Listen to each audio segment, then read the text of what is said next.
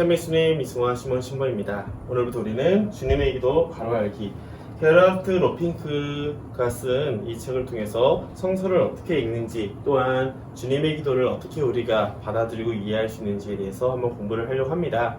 사실 성경에 대한 많은 책들이 있지만 그 안에서 이렇게 성서를 해석하는 방법부터 시작을 해서 그 안의 내용까지 이해시켜주는 그 책을 찾기 힘들었는데요. 다행히 이번 책 주님의 기도 바로 알기를 통해서 성경에 대한 이야기를 함께 나눌 수 있어서 참 좋습니다.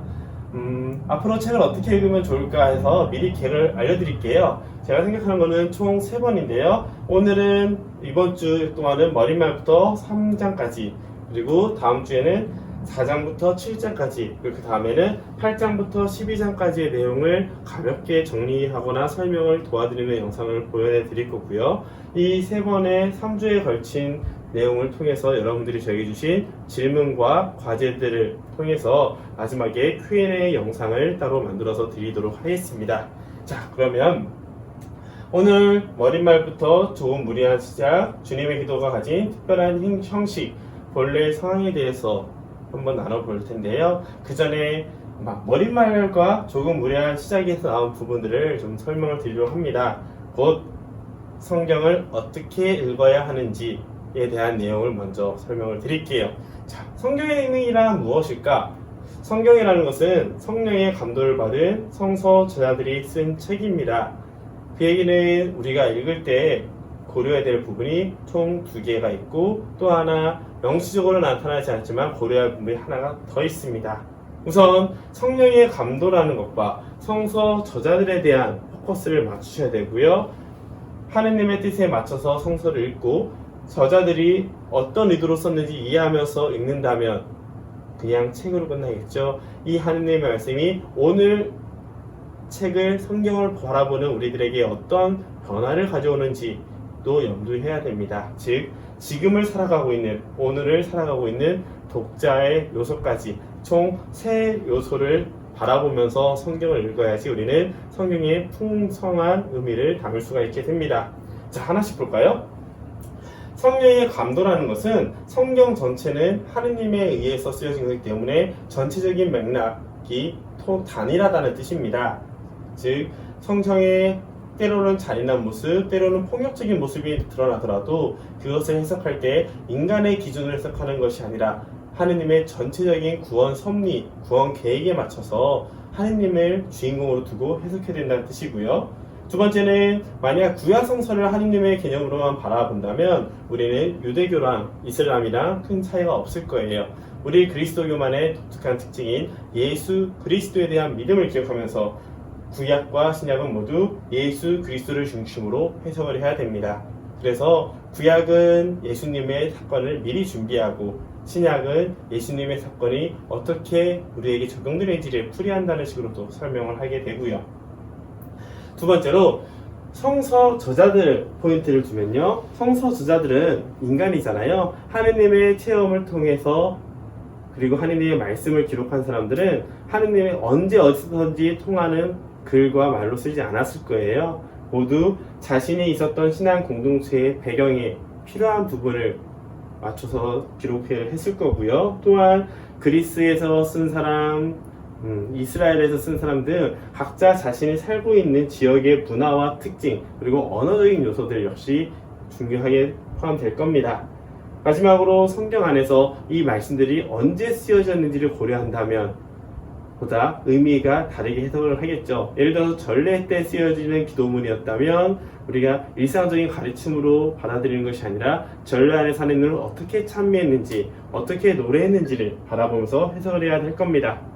마지막으로 오늘을 살아가는 독자인 우리들은 첫째, 기도하는 마음으로 성경을 봐야 됩니다. 무슨 말이냐면요, 성경 내용은 구체적인 역사를 기록한 것이 아니라 하느님이 우리에게 어떻게 섭리하셨는지, 하느님의 체험을 한 이스라엘 백성의 역사와 하느님, 그 예수 그리스도를 체험한 사도들, 그리고 성령을 체험한 교회의 역사들을 기록한 것이기 때문에 이것이 과학적으로 맞다 틀리다 식으로 따지기 시작하면 성경 말씀은 그냥 일반 서적과 마찬가지로 우리에게는 믿을 책이라기보다는 그냥 허무맹랑한 이야기로도 느껴질 수 있어요.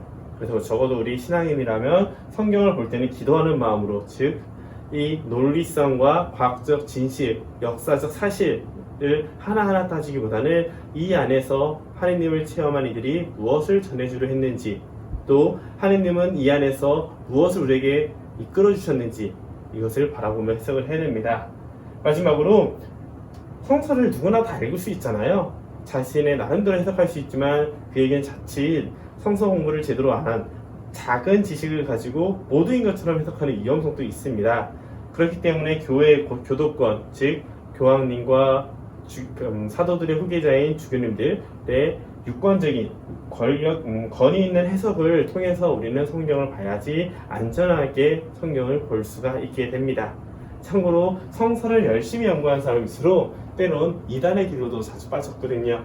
그래서 이 세 부분, 하느님의 의도와 성령의 감도를 통해서 봐야 된다는 거, 성서 저자들이 어떤 환경에 있고 어떤 필요와 어떤 느낌으로 어떻게 표현했는지를 고려해야 될 것, 마지막으로 오늘을 살아가는 나에게 어떻게 이해를 하고 받아들여야 되는지, 이 세 가지 요소를 기억하면서 성서를 본다면 성서를 바라보는, 해석하는 다양한 방법론들은 한 번에 다 이해하신 거나 마찬가지입니다. 자, 그러면 실제로 성서의 이 하나하나 부분들이 어떤 식으로 적용이 되는지 한번 보여드릴게요. 자, 성령의 감도에 대한 거, 하느님의 말씀은 단일성, 구약과 신약이 모두 같은 하느님이라는 걸 말씀드렸죠. 그런데 구약 성서를 보면 재밌는 게 있습니다. 하느님께서는 당신의 말씀을 듣지 않는다고 수많은 사람들을 죽여요.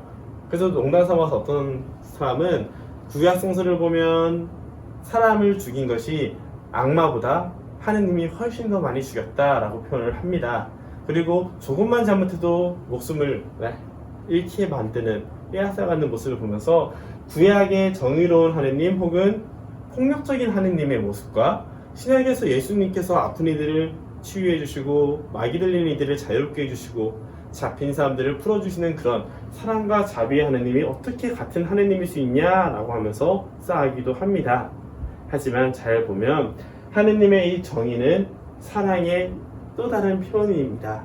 곧 다른 부분하고도 연결되는 건데, 구약 성서에서 쓰여졌던 내용들은 생각보다 적은 어휘로 우리의 신이 가장 세다라는 걸 표현하기 위해서는 가장 많은 사람을 죽이는 식으로 가장해서 썼던 거거든요.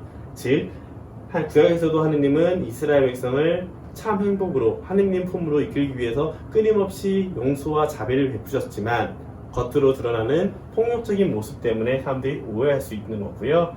신약의 예수 그리스도 또한 사랑과 자비를 내게 보여주셨지만 그것을 거부한 이들에게 단호하게 혼을 낼 정도로 결단력이 확실히 있었던 분이셨거든요. 그래서 우리가 알고 있는 정의, 구약의 하느님과 신약의 하느님이 부딪히는 내용들은 이 성령의 감도라는 하느님의 그 단일성의 중심으로 이해해야 되고 예수 그리스도를 중심으로 이해해야 된다는 그것이 없다면 쉽게 받아들일 수 없는 사실이 되죠.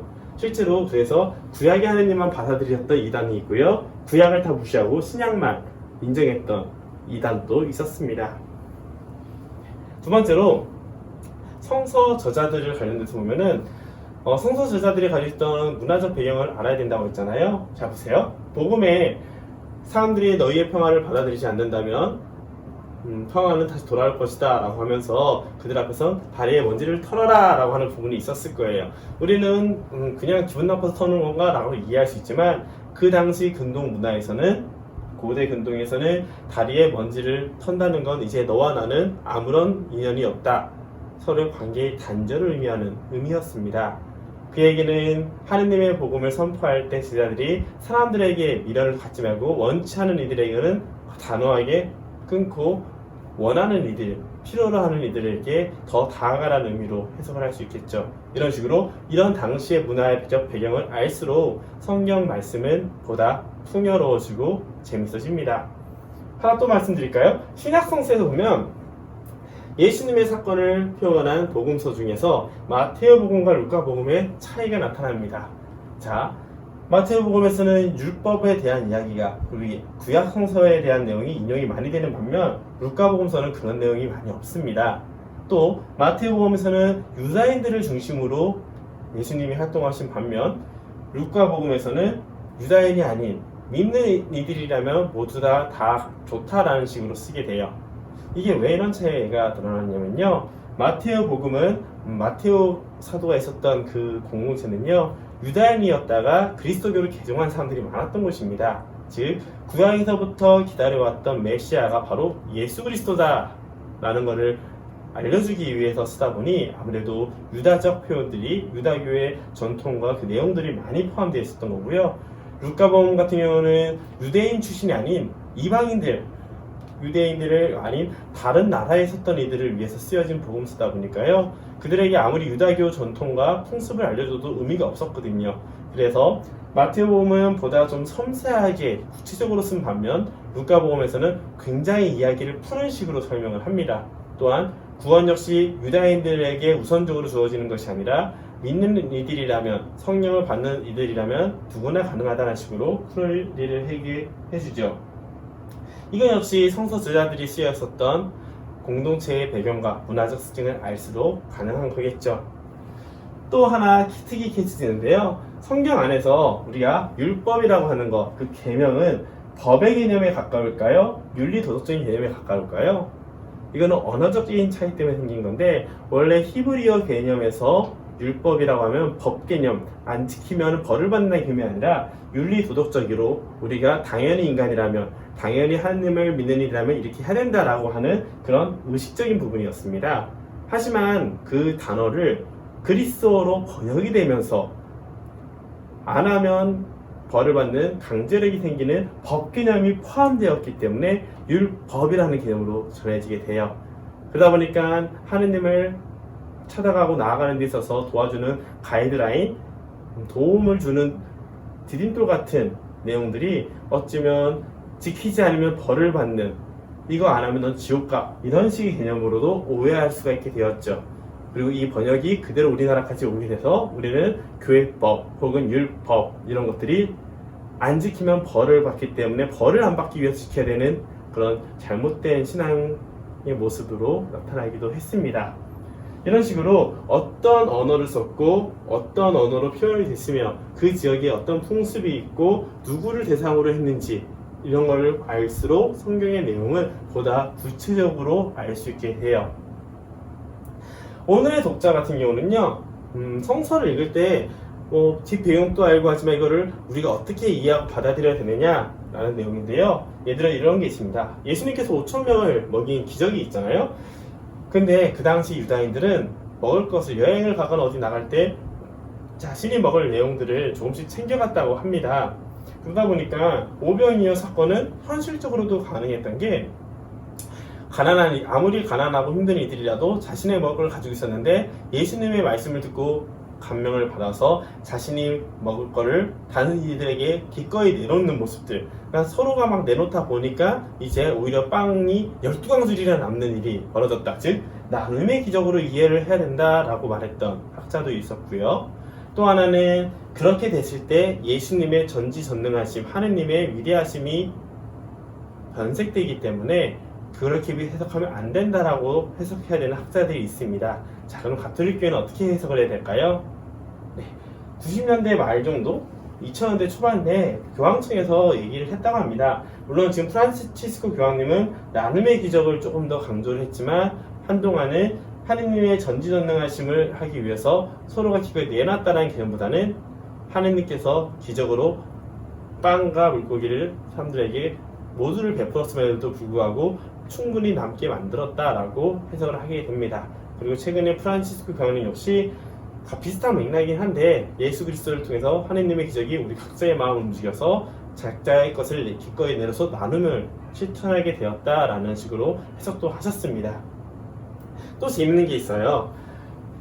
이거는 또 종교마다 좀 다른 부분인데요. 못하네요. 하늘나라의 열쇠는 과연 누구에게 맡겨졌는가? 라는 내용이죠. 하늘나라의 열쇠, 베드로가 예수님께 받게 됩니다. 그렇다면 그것은 베드로 개인이 받은 걸까요? 아니면 12사도를 대표해서 베드로가 받은 걸까요? 아니면 믿는 이들을 대표해서 베드로가 받은 걸까요? 어떤 식으로도 해석이 가능한 부분이지만 베드로 개인이 받았다라고 하면 우리 로마 가톨릭 교회, 우리 천주교회 입장이 되겠고요. 그래서 교황님으로부터 이어오는 그런 전통이 이어지게 되고요.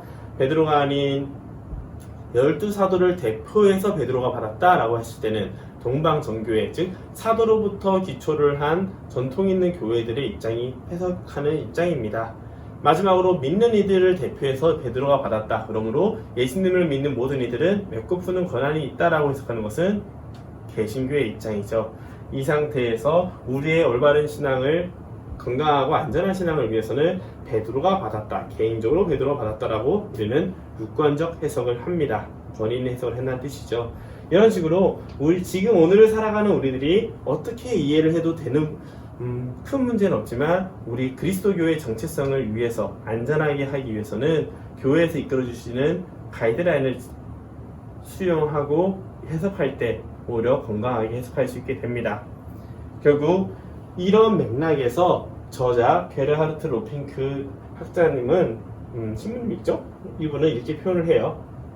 20쪽에 나오는 내용인데요. 주님의 기도를 해석하면서 이 기도에 담긴 당시 상황과 구약 성경적 배경을 고려하지 않으면 이 시대 우리 현실의 조용한 해석은 무엇이나 빈말로 끝나고 말 것이다. 굉장히 간결하면서도 뼈있는 말씀이셨습니다.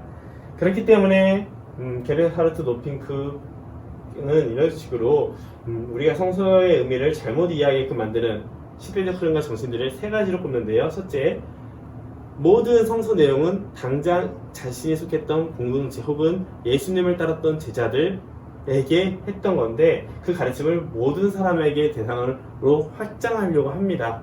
물론 궁극적으로는 모든 사람들을 구원하러 오신 건 맞지만 지금 당장 내 옆에 있던 이들에게 예수님께서는 가르침을 주셨거든요. 그 가르침의 내용을 이해를 하고 다른 상황에 처해 있는 사람들에게 적용하는 것이 중요한데 그렇지 않고 모든 가르침이 모든 인간에게 적용된다라고 했을 때는 위험의 가능성이 있습니다. 또 하나, 너무나 큰 자기애로 모든 가르침을 다 자기한테 생각하는 경우가 있어요. 그러니까 충분히 열심히 잘 살고 있는 사람도 너무 세세한 거 하나하나에 흔들리게끔 만드는 세심증에 걸릴 수도 있고요. 때로는 너무 성서에 나오는 겸손한 그 칭찬이 그래, 내가 겸손하니까 나한테 하는 칭찬이구나 라고만 해석하시는 분들, 영적 교만으로도 갈 수 있거든요. 마지막으로는 너무 인간 중심적으로 해석하는 경향이 있습니다. 뭐냐, 하느님께서 이렇게 쭉 다 하셨어. 하지만 그걸 선택하는 건 나잖아.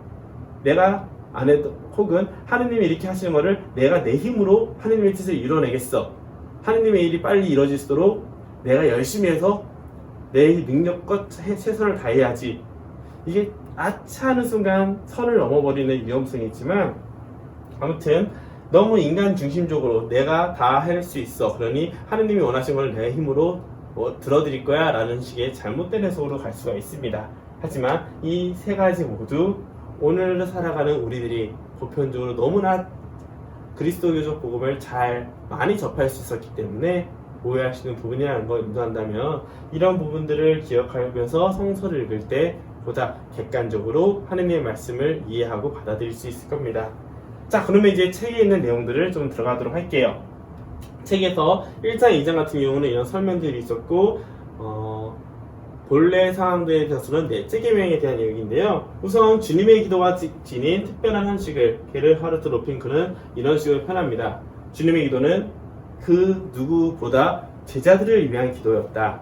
맞죠? 제자들이 다른 사람들이 기도를 하는 것처럼 우리도 기도할 수 있게 알려주세요 라고 하고 예수님이 그거에 대해 응답을 해주셨기 때문에 당연히 주님의 기도는 첫째, 제자들을 위한 기도입니다. 두 번째, 주님의 기도는 하느님을 칭송하고 찬송하고 하면서 하는 그냥 입에 발린 빈말이 아니라 오직 하느님께 온전히 의탁하겠다는 청원의 기도이면서 핵심만 뽑아서 드리는 짧은 기도라는 겁니다. 이건 다른 성서에서 예수님이 하셨던 다른 말들하고 다 연결되는 부분이에요. 먼저 하느님을 구하는 모습, 그리고 빈말을 되풀이하지 말라는 말씀까지, 이런 내용들을 기억하면은 주님의 기도가 가진 특징은 또 이 세 가지로 요약이 되죠. 멀리 있는 일이 아니라 지금 당장 우리에게 필요한 것이 무엇인지를 바로 들어가고요. 또 하나, 그것은 나의 개인적인 관계, 나와 너, 이웃과의 관계만을 보는 것이 아니라 하느님과 관련된 것을 먼저 찾고 난 다음에 이웃을 보게 됩니다. 세 번째로는 하나님께서는 전능하시기 때문에 본인이 원래 다 할 수 있으시지만 인간의 참여를 원하시고 우리 인간들이 하나님을 따르는 사람들이 도구가 되어서 하나님의 뜻을 세상에 전한다는 뜻이에요. 그래서 중심은 주도권은 하나님에게 있지만 우리의 동참을 요구하신다는 의미입니다. 그러면 첫 번째로 다루는 게 일용할 양식이라는 넷째 청원에 대한 내용인데요. 자, 예수님의 삶이 일용할 양식이 중요했던 이유는 바로 이것 때문입니다. 예수님께서 어디 한 군데에 머물러서 계셨던 것이 아니라 계속 돌아다니면서 수많은 골과 마을에 하느님의 복음을 전하셨죠. 그 얘기는 제자들 역시 온전히 하느님의 말씀을 전하기 위해서 스승님의 말을 따르기 위해서 계속 머물지 않고 돌아다닙니다. 그 얘기는 무엇이냐? 당장 먹고 자랄 문제들이 매일매일 걱정이 된다는 거예요. 그런데도 불구하고 아무것도 들고 가지 마라 라는 것은 그 당시 지팡이는 사막에서 도적들로부터 자신을 막아주는 도구이면서도 자신이 걸을 때 힘을 도와주는 보조 도구이기도 했습니다. 또 수많은 돈이나 그런 것들도 공격할 수 있는 그런 위험성이 있기 때문에 그 당시 로마 병사들을 공격하고 하느님의 정의를 세우겠다고 했던 열혈당원, 폭력적인 단체와는 다른 비폭력의 단체라는 것을 보여주기 위해서 모든 것을 내려놓고 오직 하나 하느님께만 의탁하면서 나아가도록 예수님께서는 말씀을 하십니다. 그리고 인사하지 말아라는 것은 그만큼 급박한 상황, 이제 곧 하느님 나라가 오니 빨리 회개하고 살아라. 다른 말로 우리 종말론적 삶을 살라는 뜻인데 그 정도로 긴급하게 열심히 하느님께 투신하라는 뜻이고요. 또 하느님께 일용할 양식을 청하는 것은 그분께 온전히 내맡기는 삶의 자세이면서 이것은 하느님을 아버지로 모시기 때문에 이루어진 결과다라고 보시면 될 겁니다. 결국 여정과 비무장, 급박한 상황과 하느님께 온전히 내맡기는 자세는 구약성서 탈출기에 나오는 광야에서 이집트를 탈출해서 약속의 땅으로 가는 그 여정 안에서 꾸준히 정화되면서 하느님께 온전히 의탁하고 살았던 탈출기의 말씀이 온전히 다가옵니다. 재밌는 거는 이스라엘 백성들이 지금 또 굉장히 중요하게 생각하는 경험이 탈출기 경험이거든요. 하느님을 온전히 느끼고 체험하고 그분께 내맡겼던 그 순간, 바로 주님의 기도에 일용할 양식이라는 것은 그 당시에 늘 하느님을 향해 나아가고 있는 우리 여정의 모습을 보여준다는 것이죠. 그래서 이 한 구절, 오늘 저에게 일용할 양식을 주시고 안에서도 구약적인 배경과 지금 당장 예수님이 하셨던 모든 행동들이 포함한 의미가 담겨있는 것처럼 다음 시간에도 다른 계명을 통해서 어떻게 우리가 또 성경의 풍부한 재미를 느낄 수 있는지를 한번 얘기해볼까 합니다. 확실히 이렇게 TV로 하니까 낫죠? 그래서 주인님께 감사드리면서도 이제 편집하는 시간이 좀 줄어서 대신 PPT를 만드는 시간은 좀 걸리지만 그래도 여러분들에게 보여주면서 할 수 있어서 굉장히 도움이 되는 것 같습니다. 그러면 다음 주에 다른 내용들을 통해서 또 찾아뵙도록 하겠습니다. 수고하셨습니다.